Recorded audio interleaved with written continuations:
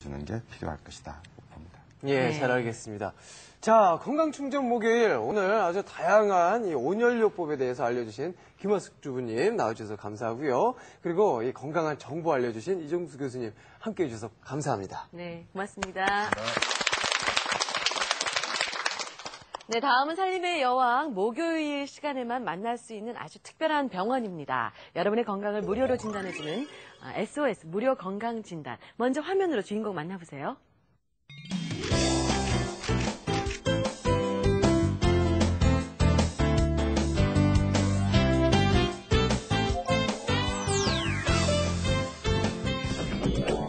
발목이 붓고 무거운 느낌이라면, 다리에 쥐가 잘 나고 통증이 있다면, 꼬불꼬불한 혈관이 눈으로 보인다면, 혹시 당신도 하지 정맥류?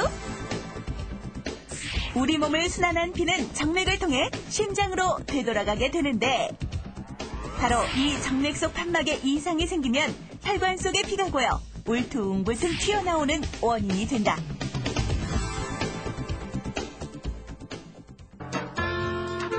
오늘의 SOS 무료건강진단의 의뢰인 역시 평생을 고단하게 일하시는 어머니의 다리. 그 종아리에 파랗게 도드라진 핏줄 때문에 SOS 무료건강진단을 신청하게 되었다는데, 예전서부터 증상은 있으셨는데요. 최근 들어서 많이 심해지셨거든요. 병원에 모시고 가야지 벼르고만 있었는데 딸 입장에서 너무 죄송스럽기도 하고요. 원래 저희 어머님께서 연세는 있으셔도 여성스러우신 편이시거든요. 네, 치마도 이제 즐겨 입으시는 편이신데 다리 때문에 못 입으시니까 제가 너무 속상하기도 하고, 이번 기회에 진단법과 치료법 좀 정확히 알고 싶어서 신청하게 되었습니다. 처음에는 왼쪽 종아리에만 증상이 나타났었지만 지금은 양쪽 다리 모두 그물 모양의 혈관이 선명한데,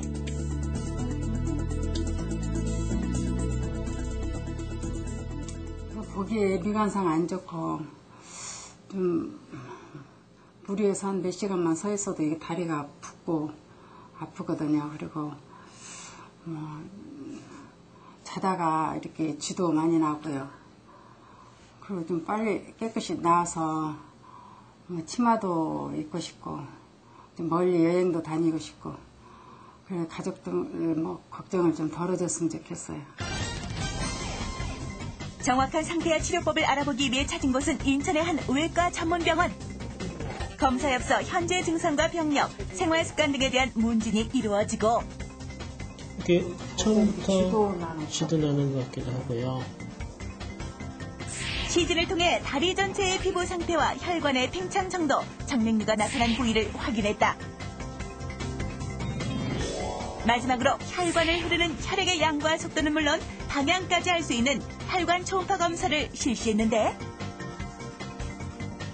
혈관의 피가 심장 속으로 올라갔다가 밑으로 내려오는 과정에서 혈관 내에 판막들이 거꾸로 목 내려오게 막아줍니다. 만약에 이상이 있으면 판막이 고장이 나게 돼서 아래로 피가 흘러내려오는 것을 초음파로 확인할 수가 있어요. 선생님, 검사 결과가 어떤가요? 하지정맥류의 경우에는 큰 혈관에 역류가 있는 하지정맥류와 큰 혈관에 역류는 없고 조그만 혈관에 역류가 생겨서 생긴 망상형 정맥류로 나눌 수가 있습니다. 이영애님의 경우에는 다행히 큰 혈관에 있는 하지정맥류는 아니고요. 조그만 혈관에 약간의 역류가 있어 생긴 망상형 정맥류로 진단하였습니다. 이런 망상형 정맥류도 치료하지 않을 경우에는 서서히 커져서 큰 혈관의 정맥류처럼 발전될 수가 있습니다. 그렇기 때문에 조기에 치료하시는 것이 가장 좋은 방법이고요. 현재 상태에서는 경화치료로서 간단히 치료하실 수가 있습니다. 그대로 내버려두면 피부 교양이나 부종 등의 합병증이 생길 수 있으므로 전문의의 정확한 검사와 진단은 필수. 정맥류의 부위가 크지 않거나 거미줄 모양으로 푸르게 비치는 정도라면 하지 정맥류의 원인이 되는 혈관에 혈관이 점점 딱딱해지는 약물을 주입하는 약물경화 요법을 실시. 혈관을 점점 굳어져 없어지게 하고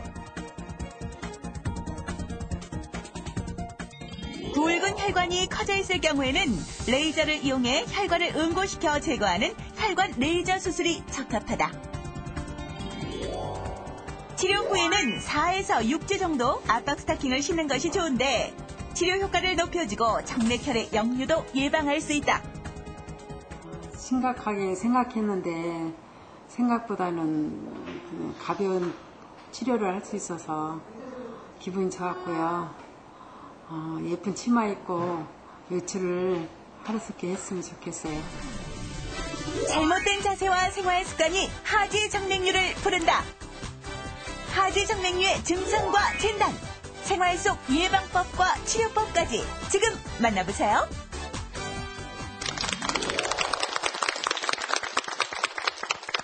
네, 왜 어머니들 다리 이렇게 주무르다 보면은 물컹물컹한 그 핏줄 있잖아요. 핏줄 맞나요? 손으로 이게 뭔가 만져지는데 왜 뱀이 꽈리를 튼 것처럼 핏줄이 뭉쳐서 울퉁불퉁한 거 말이에요. 그렇습니다. 하지 정맥류. 이 이름이 참 생소하다라고 생각하시는 분들도 계실 텐데요. 사실 이 질병이 우리나라 15%가 앓고 있는 질병이라고 합니다.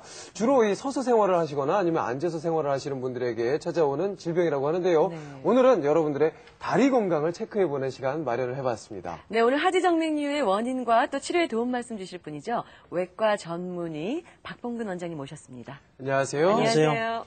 네. 자, 앞서 화면에서 저희가 확인을 해보니까요. 이 하지정맥류, 다리에 이게 정말 울퉁불퉁한 핏줄이 무서울 정도로 이렇게 툭 불구져 나오는 모습. 야, 이 하지정맥류가 도대체 왜 생기는 걸까 하는 그런 궁금증이 생깁니다. 하지정맥류를 이해하기 위해서는요, 먼저 혈관에 대해서 알아야 됩니다. 네. 심장에서 나오는 것을 동맥이라고 하고요. 심장으로 다시 들어가는 혈관을 정맥이라고 합니다. 심장에서 박동을 해서 짜주면 피가 동맥을 통해서 온몸을 순환한 다음에 네. 정맥을 통해서 다시 심장으로 들어가게 되죠. 그런데 정맥으로 들어가는 과정 중에 우리가 서서 있을 경우에 중력 때문에 피가 위에서 아래로 흘러내려올 수가 있습니다. 그런데 중간중간 정맥 내에는 밸브가 있어서 판막이 있어서 거꾸로 내려오는 피는 못 내려오게 막아주고 있어요. 그런데 이 판막이 고장이 나면 위에서 아래로 피가 흘러내려올 수가 있게 되고 그러면 혈관 안에 피가 차고 늘어나게 되고 꼬불꼬불하게 되는 혈관을 하지정맥류라고 합니다. 다리가 이렇게 퉁퉁 붓고요. 막 저리다는 표현을 저희 주부들께서나 또 어머니들께서 많이 사용을 하시는데요. 하지정맥류는 어느 부위에 생기는 건지 또 어떤 증상들이 있는 건지요? 하지정맥류의 하지라는 뜻이 다리를 얘기하는 거니까요. 네. 허벅지하고 종아리에 생기는 것이 생기는 곳이죠. 네. 이제 증상은 환자분들에 따라서 호소하시는 표현이 다양합니다. 제일 첫 번째로 많은 거는 특별한 증상 없이 혈관이 꾸불꾸불 나와 있다고 호소하시는 것이 가장 많습니다. 네. 그 다음에는 다리가 무겁다고 하시고 붓는다고 하시고 밤에 잘 때 쥐가 난다고 하시기도 하고 또 심한 경우에는 상처가 생겨서 파여서 낫지 않다고 하시기도 하고 또 피부병 같은 것이 다리 쪽에 생겼는데 잘 낫지 않는다고 호소하시는 분들도 있습니다.